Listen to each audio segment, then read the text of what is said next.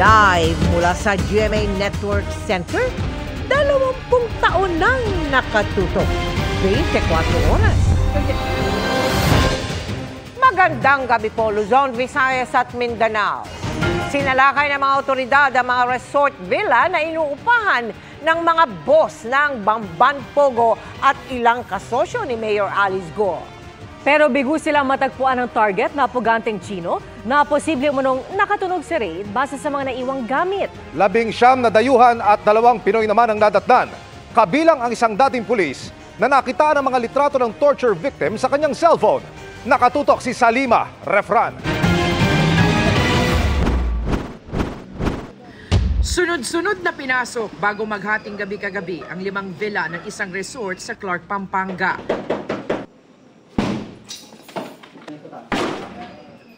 Kasama ng PNP SAF at CIDG sa raid ang DOJ Iyakat at Presidential Anti-Organized Crime Commission o PAOK. Partikular na sakop ng bitbit nilang search warrant ang mga inuupahang villa ng mga big boss ng Pogo sa Bamban Tarlac at mga business partner ni Bamban Mayor Alice Go.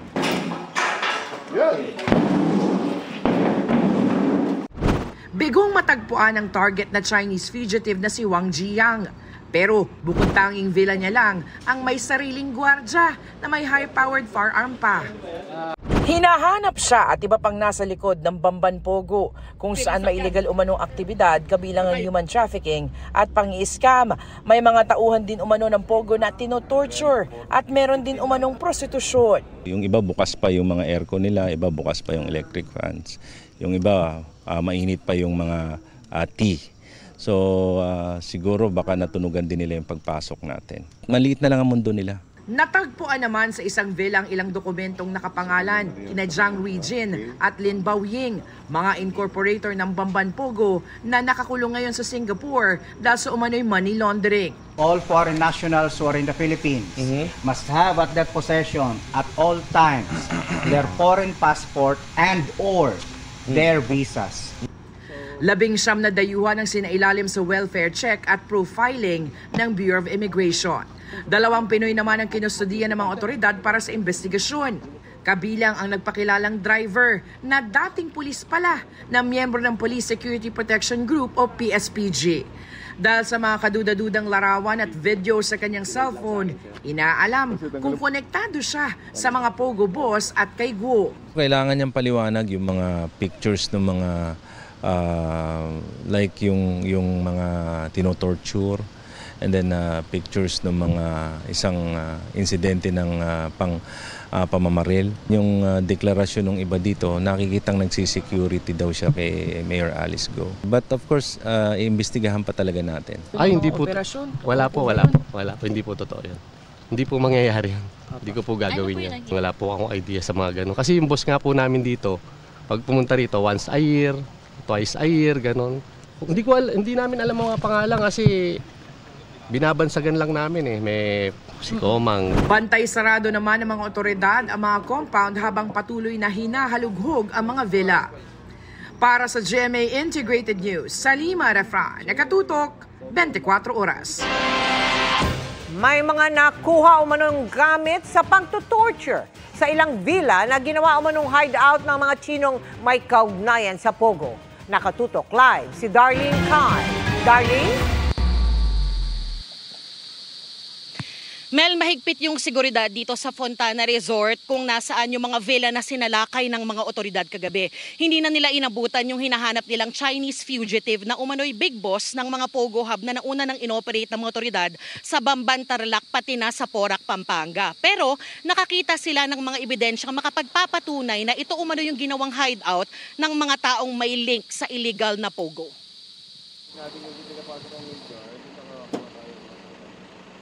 Sa pagpapatuloy ng paghahalughog sa mga villa ngayong araw, nakita ang ilang umano'y torture device. Kabilang dyan ang bat at iba't ibang pamalo. Hindi pa rin natutunton ang hinihinalang mastermind ng Pogo sa Porac at sa Bamban na si Wang Jiang.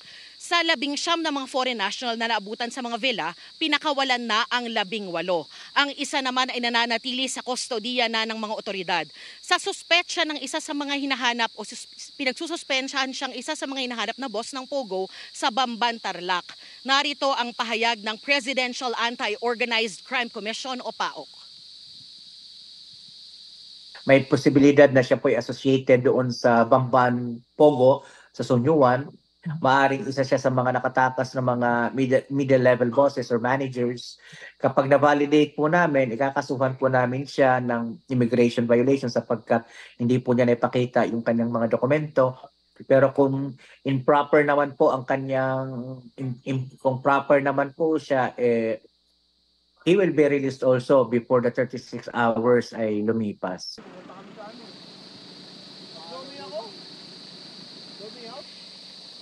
Pinauwi na rin ng 2 Pilipinong kasama sa inabutan ng mga otoridad, kasama ang isang dating pulis na miyembro ng Police Security and Protection Group o PSPG. Humarap ang pamunuan ng Clark Development Corporation o CDC sa media kaninang hapon. Leased o nirerentahan lang daw ng Fontana Development Corporation ang lupa mula sa CDC, kaya wala raw control ng CDC sa pagpapatakbo ng resort. Pero matagal na raw silang nakakita ng mga paglabag. Pinadalhan na raw ng CDC ang Fontana ng formal na liham para hingin ang kanilang paliwanag sa nangyari. Ito raw ang magiging basehan ng sarili nilang investigasyon para malaman kung sususpendihin o ipasasara ang resort. Kahit kami naman, ayaw namin maging haven ng mga kriminal. That's why we are now, well, it's not only now, na gusto namin nakikipag-coordinate kami at nakikipagtulungan kami sa national agencies.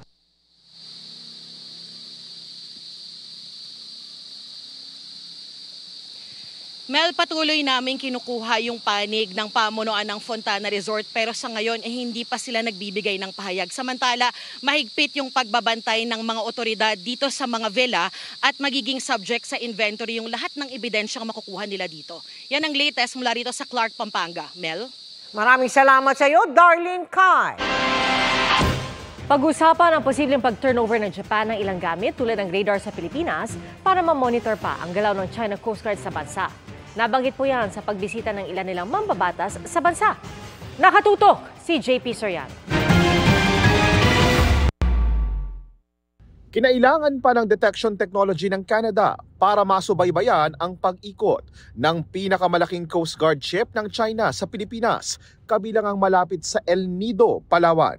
Para magkaroon ng Pilipinas ng sariling kapasidad sa ganyan, posibleng mag-turnover ang Japan ng defense equipment sa Pilipinas gaya ng radar. Kabilang yan sa tinalakay ng ilang mambabatas ng Japan na nakapulong dito sa bansa ng ating defense at foreign secretaries at ng National Security Advisor. We reaffirmed the significance of the strengthening the cooperation between the Philippine Armed Force and the self-defense forces, including equipment collaboration. Kinunde na rin ng mga mambabatas ng Japan ang ikinilos ng China Coast Guard sa Ayungin Shoal noong June 17. While we are very concerned about China's behavior, we would like to commend the bravery of the Philippine Navy personnel involved in the provisioning. I would also like to extend my sympathy to the personnel affected by the incident. Dama raw ng Japan ang sinasabit ng Pilipinas, lalo't may bahagi rin ng kanilang anyang teritoryo ang inaangkin din ng China. The pain and agony that the Philippines is getting is what Japan has been receiving from China in Senkaku Islands and other southwest part of Japan. So in short, we are in the same boat. Kaya isinusulong din nila ang bersyon nila ng VFA, ang Reciprocal Access Agreement o RAA sa pagitan naman ng Pilipinas at Japan. And the next month, the 8th of July, we will have the 2+2 meetings. And that time, and I hope the RAA will be ratified. 2+2 yan dahil mag-uusap ang Defense at Foreign Secretaries ng Pilipinas at Defense at Foreign Ministers ng Japan. Gaganapin yan dito sa Pilipinas sa July 8 at tatalakayin ang ilang defense at security issues. Ang Amerika, diniretso naman ang China sa pag-uusap sa telepono ng US Department of State Deputy Secretary at ng Executive Vice Foreign Minister ng China. Nababahalaan niya ang Amerika sa mga hakbang ng China sa ayungin. Sabay giit na matibay ang commitment nito sa Pilipinas sa ilalim ng Mutual Defense Treaty. Sagot ng China, dapat umanong itigil ng Amerika ang ginagawa nitong pagsuporta sa umano'y pang-uudyok ng Pilipinas. Hinihintay naman namin ang komento nito kaugnay sa mga pahayag ng mga mambabatas ng Japan. Maraming salamat po. Para sa GMA Integrated News, JP Soriano, nakatutok 24 oras. Naghahanda ang Justice Department sa pagbabalik kay dating Congressman Arnie Teves sa Pilipinas. Matapos katigan ng korte sa Timor-Leste ang extradition request nito. Pero ang giit ng kampo ni Teves, may panahon pa para umapila. Nakatutok si Salima Refran. Mapapabalik na sa bansa si dating Congressman Arnie Teves mula sa Timor-Leste at mapapaharap sa patong-patong na kasong murder, frustrated murder at attempted murder kaugnay ng pagpatay kay Negros Oriental Governor Roel Degamo at 9 na iba pa. Ayon yan sa Justice Department matapos katigan ng Court of Appeals ng Timor-Leste ang extradition request ng Pilipinas. The certain issues that they raised were found to be baseless. That the accused is under our Constitution and under our statutes that we have a fair and impartial trial and that would be heard by a fair and impartial judge. Pero gate ng kampo ni Teves, may 30 araw umano ang kanilang kampo para iapela pa ang desisyon. Ito pong appeal will act as a supersedious, meaning there is a stay of the execution of the extradition request while the appeal is still pending before the court. Hindi po ipapatupad pa yung extradition request habang hindi pa po tapos yung appellate process. Dagdag pa ng abogado ni Teves, may nakasalang pang political asylum request si Teves, bagay na kinontra ng Justice Department. If there is a political asylum application, notwithstanding any extradition request, a person cannot be extradited because it would render the application for political asylum moot and academic. This was denied. They filed a motion for reconsideration. This was denied as well. So to our minds as lawyers, that is the end of the rope on that particular aspect. Kaya sabi ng Justice Department, kahit nag-aapela ay maaari nang arestuhin anumang oras si Teves. Pinaghahandaan na nito ang pagbabalik bansa kay Teves. Because that person, subject of the extradition, is already an undocumented alien from the point of view of Timor-Leste officials. Why? Because the Philippines had already canceled his passport. Ang biyuda ni Degamo na si Pamplona Mayor Janice Degamo naiyak sa development na ito. It's an answered prayer po, ma'am. Talagang naiiyak ako, pero talagang yan yung prayer namin. Na managot talaga yung may sala. And one step to make that happen is to have him come home and face us, face court. Para sa GMA Integrated News, Salima Refran, nakatutok 24 oras. Happy Friday, chikahan mga kapuso! Going international na ang ilan sa ating Sparkle Stars for their Sparkle Tour. Pero bago yan, may pasilip muna sila sa kanilang performances. Makichika kay Lars Santiago.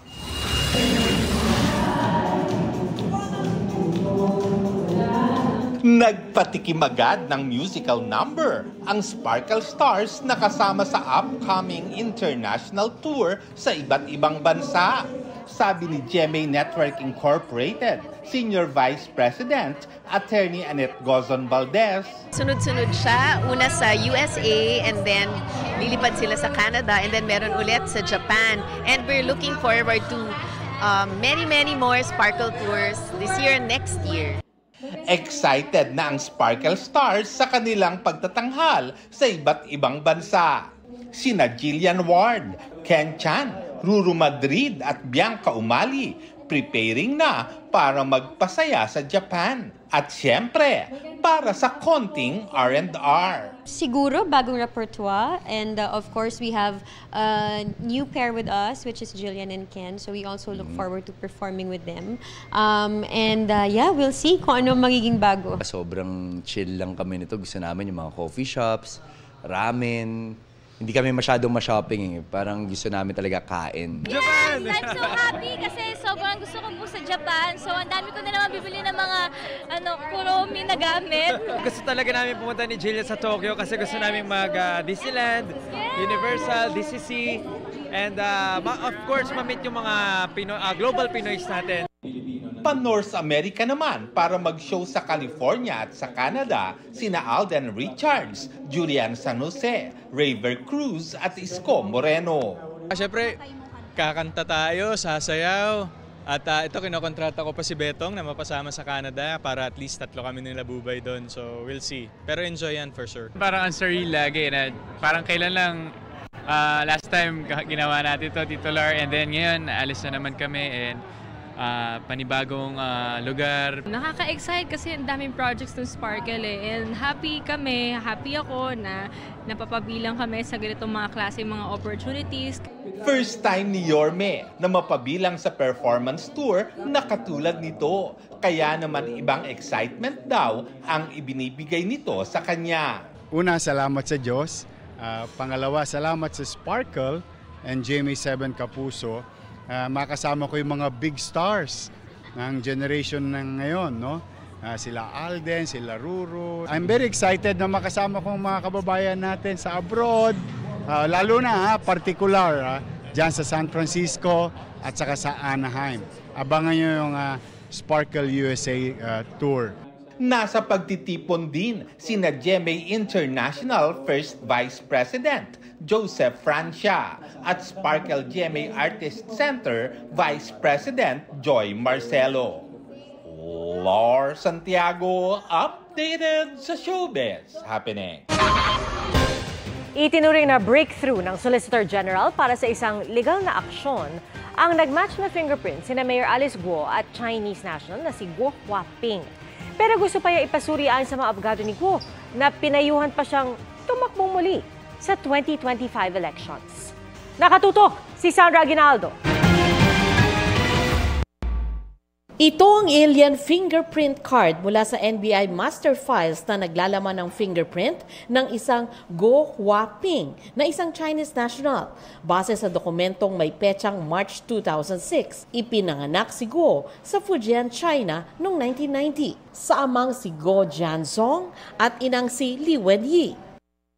Ikinumpara ito sa fingerprint ni Banban Mayor Alice Guo sa biometric printout ng NBI at ang resulta si Guo Huaping at Mayor Guo ay iisa. Pero ang kampo ni Guo, susuriin din daw ang mga sinasabing fingerprints sa oras na ginamit itong ebidensya laban kay Guo. I'm sure gagamitin nila yan sa pag-file nila ng mga cases. So that will be the best opportunity for us to examine the validity, genuineness, due execution at saka source ng mga documents na yan. Ang source niyan, may chain of custody tayo dyan Paano yan? Saan nagaling yan? Sabi ng Solicitor General, breakthrough ang findings ng NBI. Ayon kay Soljen Bernardo Guevara, pinag-aaralan nila kung tatayong mag-isa ang co-warranto petition o kung kailangan ng iba pang legal action.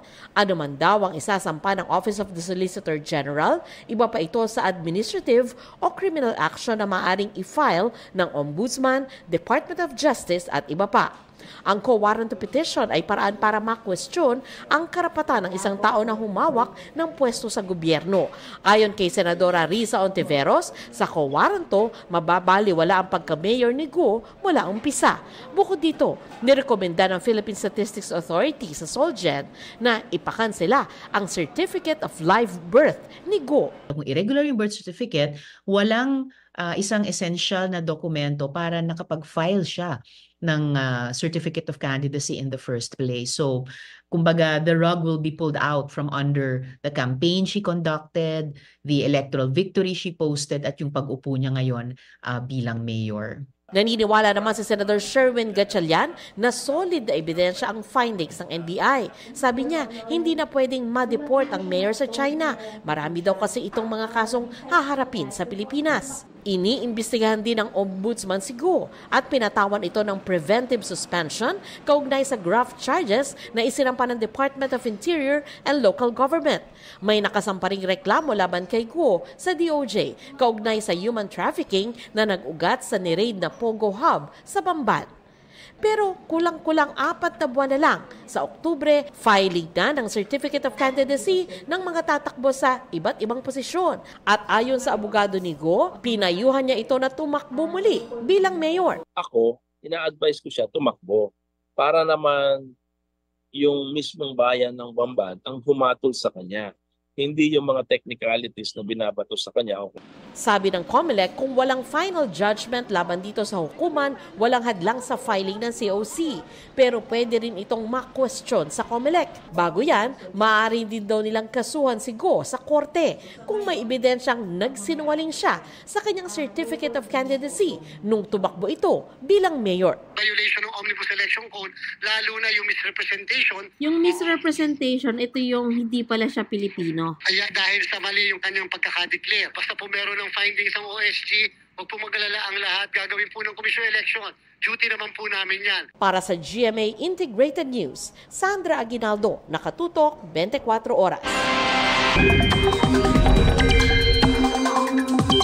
Mga kapuso, ngayong weekend magiging maalinsangan sa umaga o tanghali pero may mga pag-ulan sa hapon at sa gabi. Patuloy na iiral ang easterlies o yun pong mainit na hangin galing sa Pacific Ocean. At bukod sa alinsangan, posible rin niya magdulot ng thunderstorms na magpapaulan sa ilang bahagi ng bansa. Base sa datos ng Metro Weather, maraming uulanin bukas gaya ng Central Luzon, Bicol Region, Panay Island, Barm, Zamboanga Peninsula at Soc-Sargen kung saan posibleng maranasan ang malalakas na buhos bandang hapon. Posibleng maulit yan sa linggo at may matitinding ulan na rin sa Palawan, Negros Provinces, Eastern Visayas at halos buong Mindanao. Sa Metro Manila may tsansa rin ng ulan ngayong weekend, lalo na bandang hapon at gabi, kaya mag-monitor po ng mga thunderstorm advisory. Samantala, sa mga nakalipas na linggo, unti-unting nakabawi ang bansa mula sa epekto ng El Nino kung pag-uusapan ang rainfall. Sa datos ng Pag-asa mula June 1 hanggang kahapon, nasa near normal ang dami ng ulan na natanggap sa ilang bahagi ng Cagayan Valley, Central at Southern Luzon, Camarines Norte, Catanduanes, Masbate at malaking bahagi ng Visayas at Mindanao. Above normal o mas mataas naman sa inaasahang dami ng ulan ang naranasan sa Zamboanga, Sibugay, Basilan, Sarangani at Davao Occidental.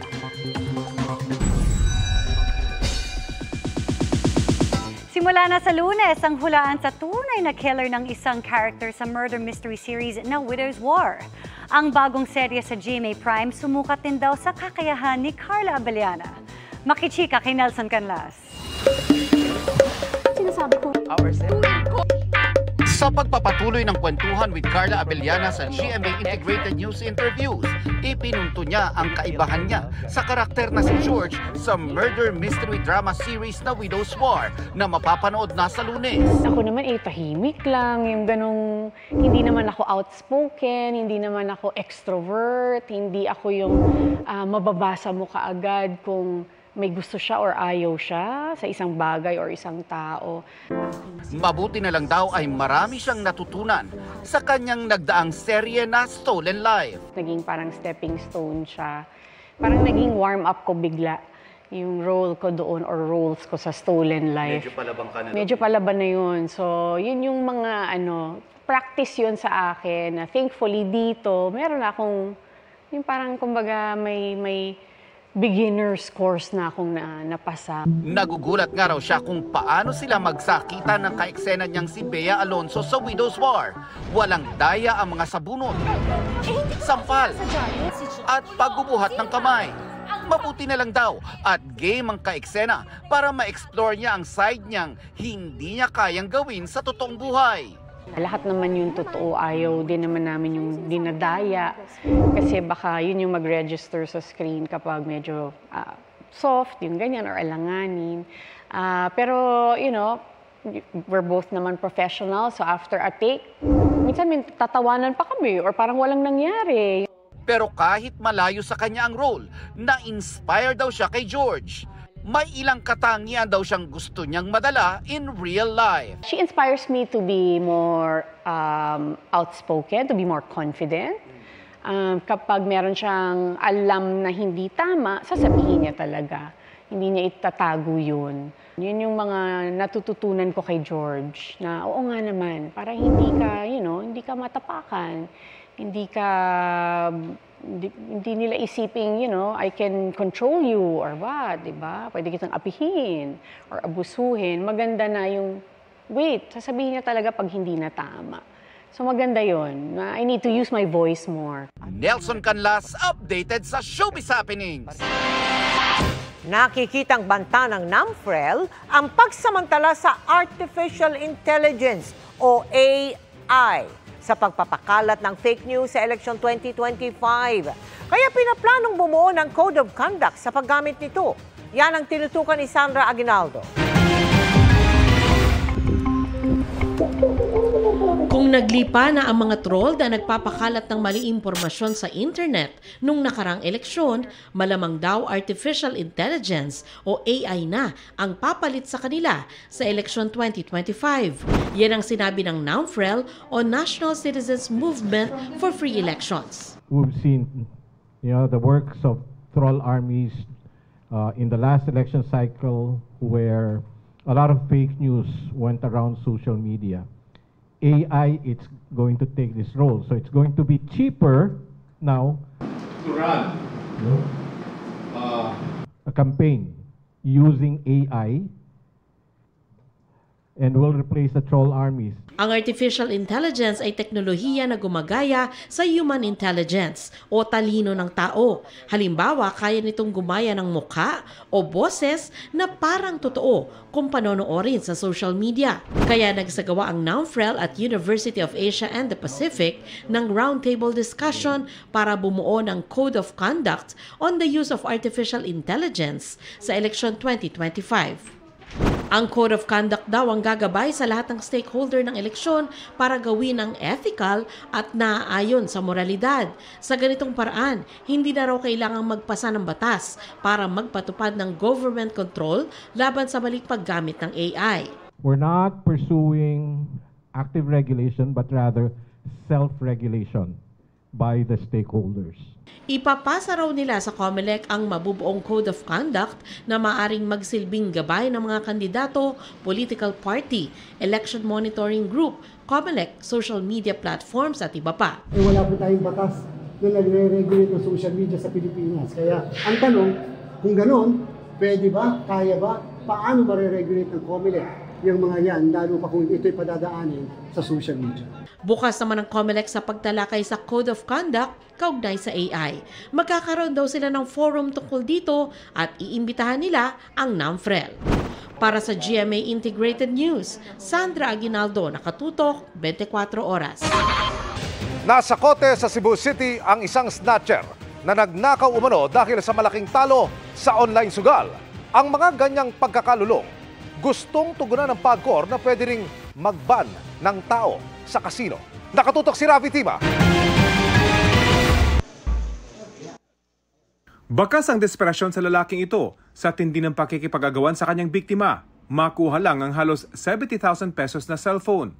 Bagamat matagumpay niyang nanakaw ang cellphone at naisang lapa, naaresto naman siya sa follow-up operation. Ang dahilan ng suspect sa pagnanakaw, tungod itong tako na upili sa sugal. Sugal? Wala na ko control bitaw. Kung sa mga sugal Spin, scatter. Hindi na bago ang mga ganitong kwento ayon sa isang psychologist. Indikasyon ng mga ganito kung gaano nakalala ang pagkalulong ng isang tao sa sugal. One telltale sign na severe na is may mga nawawalang gamit sa bahay. Common yun eh. Parang nasanla na, nabenta na kasi they need, di ba, money to fund their gambling. Kung umabot na dyan, ibig sabihin halos wala na raw kontrol ang nalulung sa sugal at hindi na batid na may problema siya. Kaya pinapanindigan pa ang ginagawa. With gambling, there's a specific behavioral dynamic na, di ba, parang, teka, ang dami ko ng lugi. Pero ang solusyon nila doon, kailangan ko mag-bet para mabawi yung nawala ko. Pero mas madalas na di na yan mababawi. kailangang may magmulat na sa kanila. Batid ng Philippine Amusement and Gaming Corporation o PAGCOR ang problemang ito.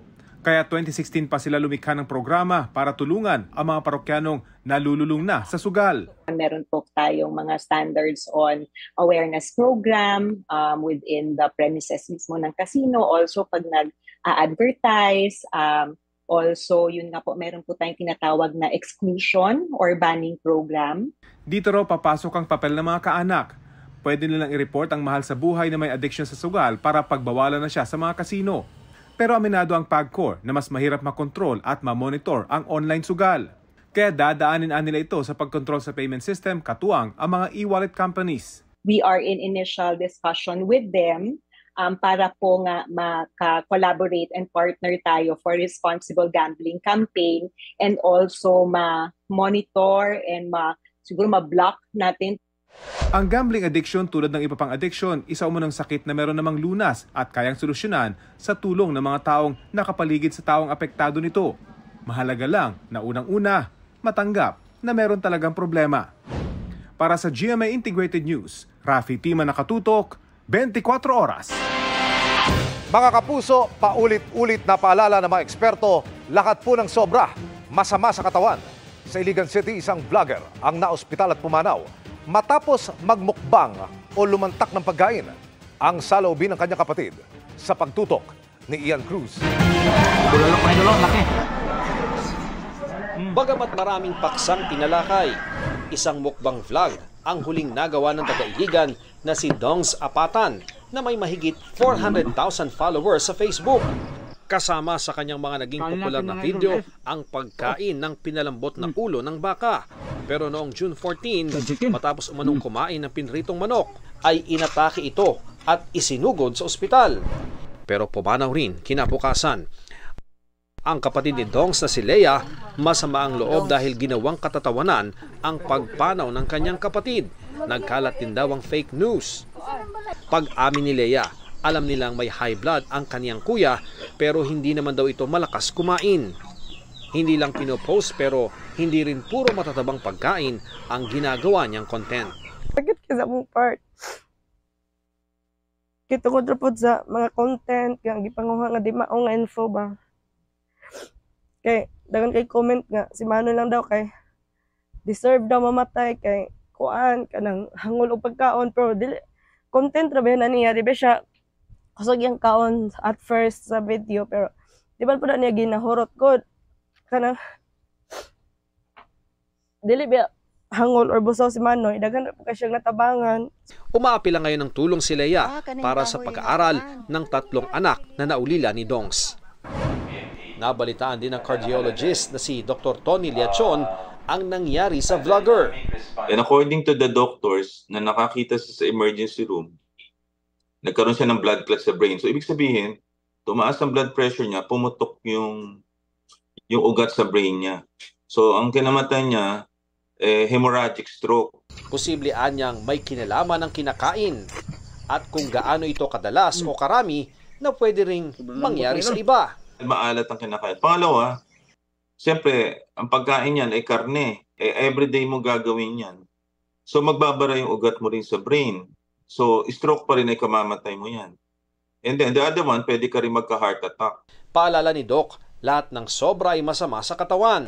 Kung kakain, dapat kalahati lang ng plato ang kaning kasing laki ng kamao at maliit na serving ng karne. Mas preferred natin ang fish and chicken over red meat. And then, almost half of the plate ay gulay. Tapos, prutas. At bagamat hindi hangad na mawala ng kabuhayan ang mga mukbang vloggers, nabanggit din ni Doc ang posibleng di rin magandang epekto ng ganitong uri ng vlog sa mga manonood kung maengganyo silang gumaya. Siguro ito'y lessons learned para sa ating lahat. Pag naging habit ito, your habits kasi dictates your behavior and your behavior determines your destiny as well. Ang pagkain talaga, pag sobra, hindi maganda, lalo na pagka maalat, mataba at matamis. Sadyang marami nang nagmumukbang na mula sa salitang Korean para sa kain at broadcast. Pero ang laging panonood niyan ayon sa pag-aral, nauuwi sa eating disorder o internet addiction. Kaya nga ang social media platform na YouTube naghigpit na sa mga katulad na content o yung may kinalaman sa tinatawag na eating disorders. Para sa GMA Integrated News, Ian Cruz, nakatutok, 24 oras. Nahuli ka ang pambabangga na isang SUV sa 2 motorsiklo sa Cebu City. Ginawa umano yan ng driver para takbuhan ang naniningil ng utang. Nakatutok si Alan Domingo ng GMA Regional TV.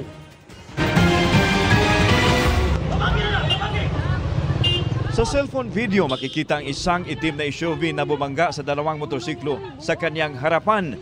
Akma pa itong tatakas kaya hinarang ito ng pulisya at ng mga lalaki sa lugar.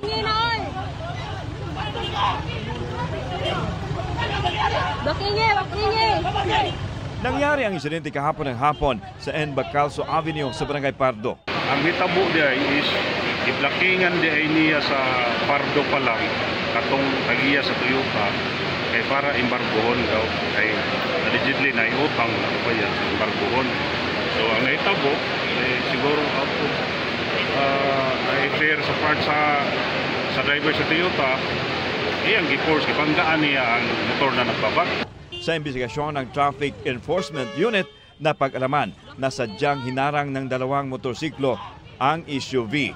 Ang mga driver ng motorsiklo ay inatasan umano ng kanilang kumpanya para bawiin ang sasakyan matapos hindi makapagbayad ang may-ari.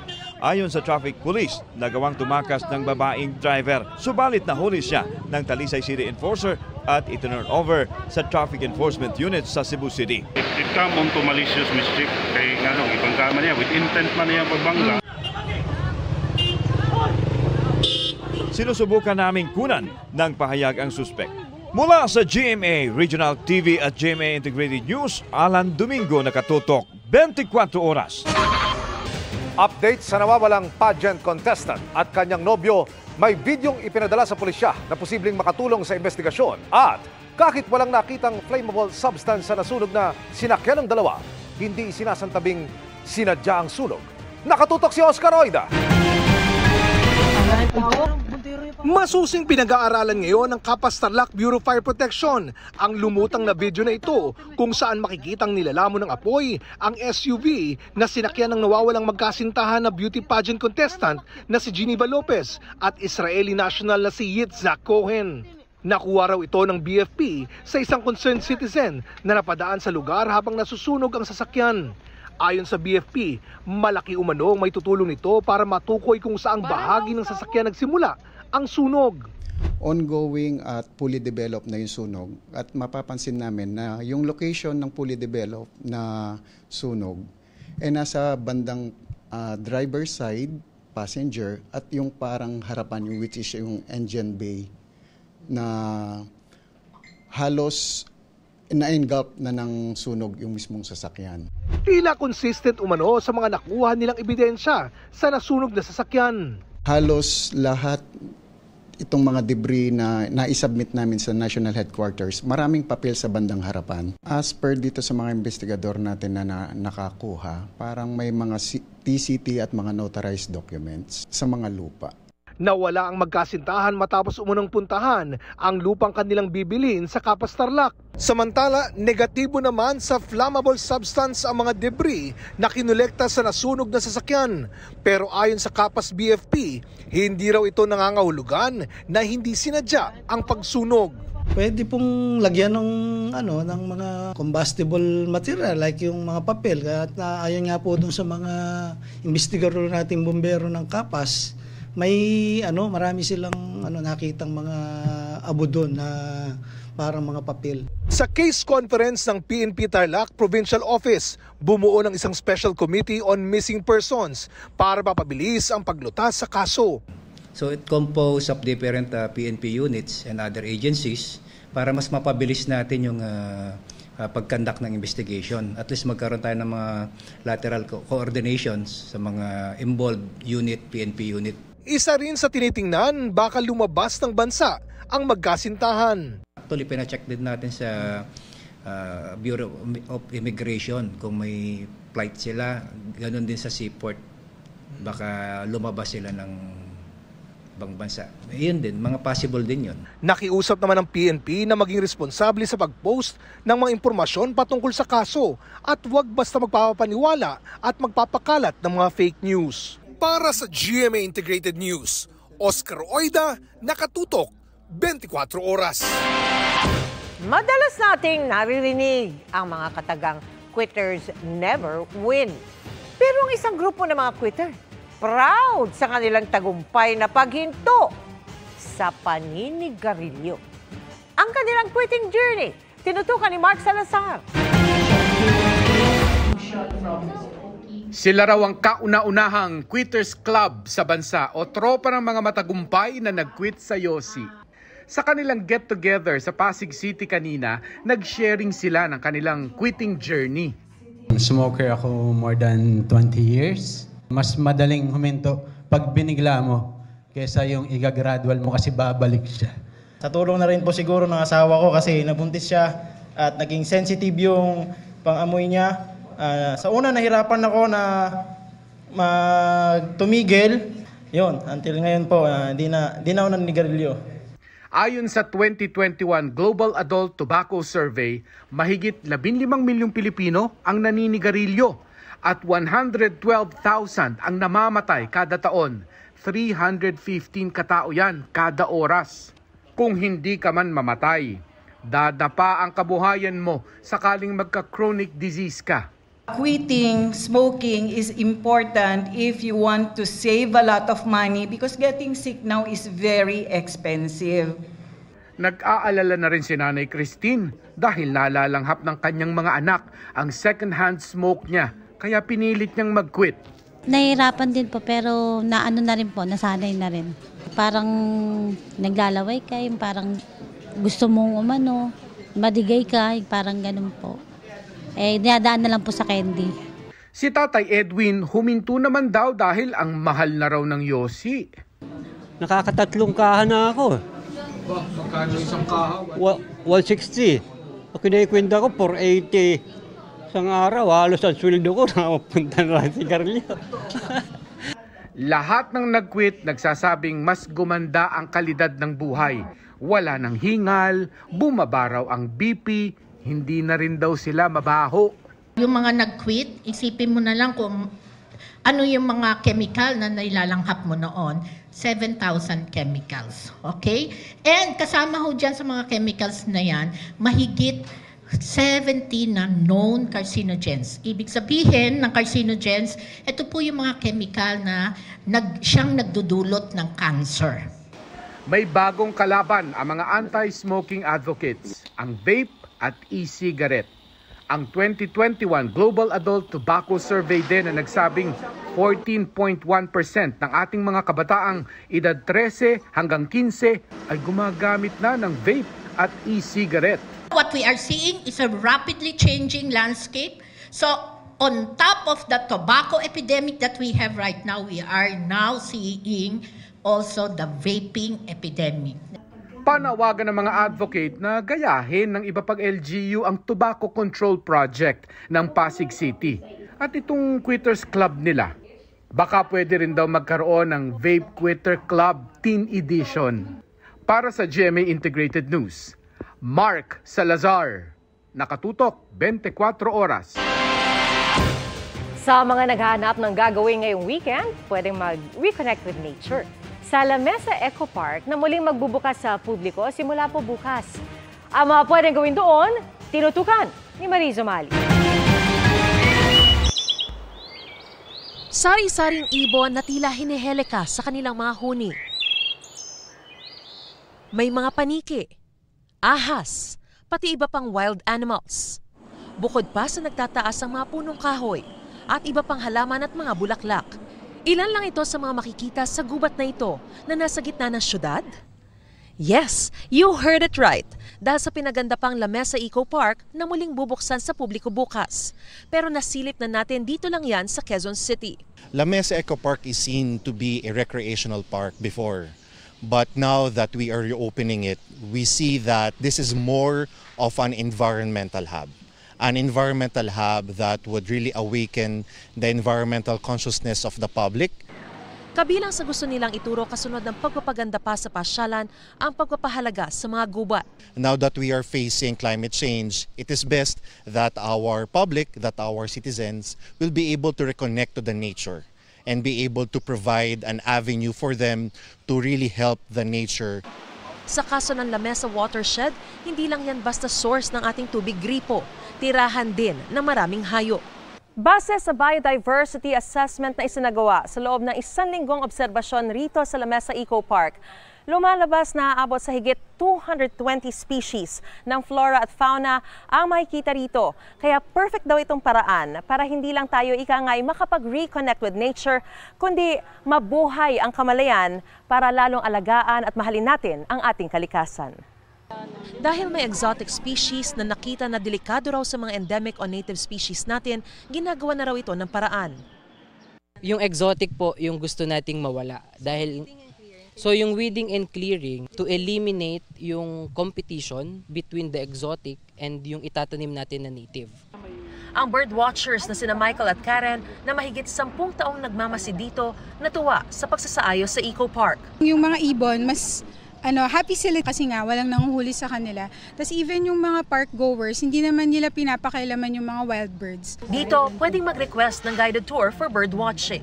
Ito lang yung forest sa loob ng Metro Manila na makakakita kami ng forest birds.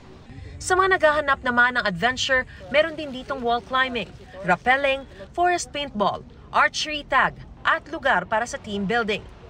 First phase pa lang ang bubuksan bukas sa publiko, pero sa second at third phase, posibleng mapasyala ng isang lagoon at mag-camp at hike. Libre ang entrance sa mga taga Quezon City at 20 pesos lang ang entrance sa non-residents. Pero para maprotektahan pa rin ang kalikasan, limitado lang sa 1,000 ang bisita kada araw. Kaya kailangan magpa-reserve sa website ng Manila Water Foundation. Para sa GMA Integrated News, Mariz Umali nakatutok, 24 oras. Exciting ang month of July for Alden Richards. Bukod kasi sa premiere ng biggest family drama of 2024 na Pulang Araw, kukunan na rin nila ni Catherine Bernardo ang ilang eksena sa Canada para sa pelikulang Hello, Love Again.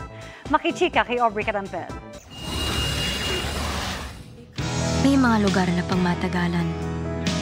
May mga lugar na dinadaanan lang. Parang Hong Kong.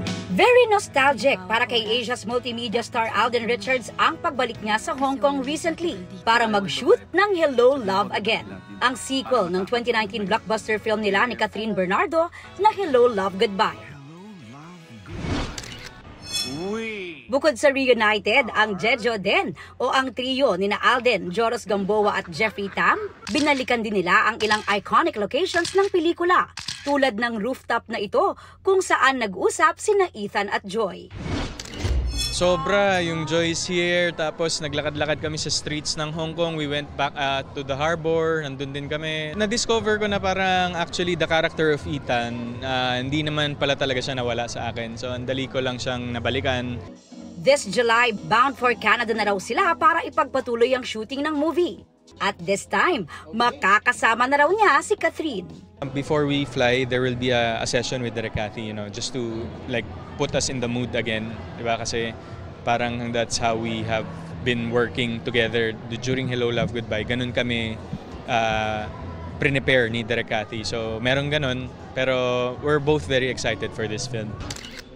Exciting nga raw ang July for Alden dahil ipalalabas na rin sa GMA at Netflix ang pinagbibidahang biggest family drama of 2024 na Pulang Araw. Ipinakita na nga ang teaser ng ginagampanan niyang role bilang si Eduardo de la Cruz. Nagulat ako sa outcome. Nakulayan na siya, nalagyan ng audio, tapos na-edit ng maayos. I'm very, very proud of this project that we have. This is one of my best projects so far with GMA. Aubrey Carampel, updated showbiz happenings. Batiin muna natin ng advance happy birthday ang ating Chika Minute anchor, si Iya Arellano. Happy birthday to you, Iya! Happy birthday to me! Happy So, wala bang kakanta o sasayaw? Pwede kami, by request. Wala bang blowout? Wala blowout? Nako, tita, next week magpapa-fried chicken at spaghetti ako. Aba talaga ha? With Promise ha? Kala mo ha? Sisingilin ka namin ha? Promise. Happy birthday to me. Thank you, 24 Oras. Thank you. Happy birthday. At yan ang mga balita ngayong Biyernes. Kasama yung birthday ni Iya. Ako po si Mel Tiangco. Ako po si Pia Arcangel para sa mas malaking misyon. Para sa mas malawak na paglilingkod sa bayan. Ako po si Emil Sumangil. Mula sa GMA Integrated News, ang News Authority ng Pilipino. Nakatuto kami 24 oras.